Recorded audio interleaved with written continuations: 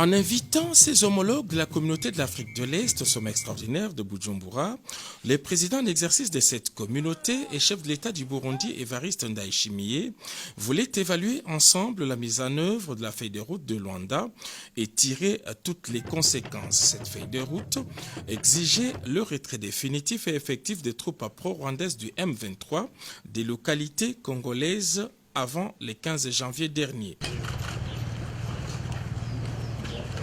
À l'issue des 3 heures de discussion à huis clos, les 6 chefs d'État ont fait le constat du refus délibéré des troupes terroristes du M23 de quitter les territoires occupés. Les chefs d'État se sont réunis pour examiner les développements de la situation en RDC, la situation sécuritaire à l'est du pays. Ils ont fait le même constat que ça se détériore et qu'il faut vite agir pour faire appliquer les instruments qui sont en vigueur pour le moment, particulièrement le communiqué final du mini-sommet de Luanda qui a prévu un chronogramme qui est en fait la fusion entre le processus de Nairobi et celui de Luanda.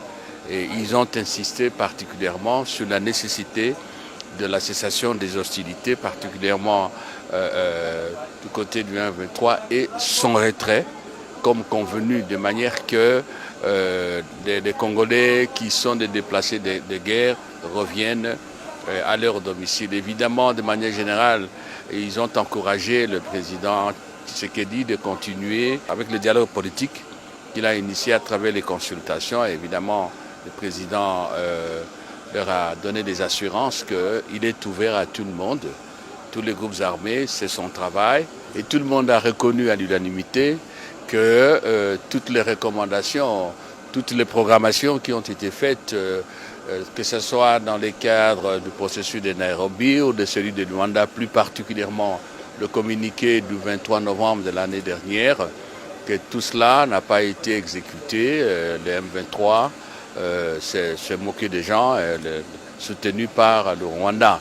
Et c'est pour cela qu'ils ont préconisé une démarche pour relancer. On a responsabilisé aussi les chefs d'état-major des armées, des pays membres de la communauté d'Afrique de l'Est pour faire un nouveau chronogramme qui va permettre très rapidement à ce que le M23 et le Rwanda exécutent ce qu'on avait convenu et comme je vous ai dit, que les choses aillent mieux. Au cours de ces échanges, le président Félix-Antoine Tshisekedi Tshilombo est resté très ferme dans ses principes. Un mandat beaucoup plus offensif de la force de l'EAC et la poursuite du déploiement des contingents d'autres pays à l'exception du pays agresseur. C'est que le sommet de Bujumbura a adopté dans son communiqué final.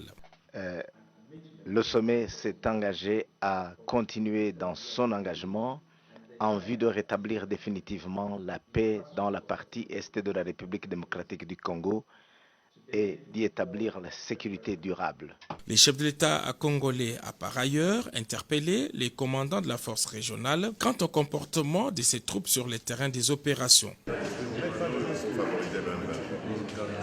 C'est très dommage que la population s'entraîne. Vous êtes venus pour nous aider, vous n'êtes pas venus pour avoir des problèmes. Donc soyez vraiment attentifs à ça. Soyez attentifs à ça. Posez, répondez aux questions que la population, communiquez avec la population. Les 6 chefs d'État ont levé l'option d'une réunion des chefs d'état-major des armées de l'EAC dans une semaine, bien avant une réunion plus élargie pour une double évaluation des processus de Luanda et de Nairobi dans la 2e quinzaine de ce mois à Addis Abeba.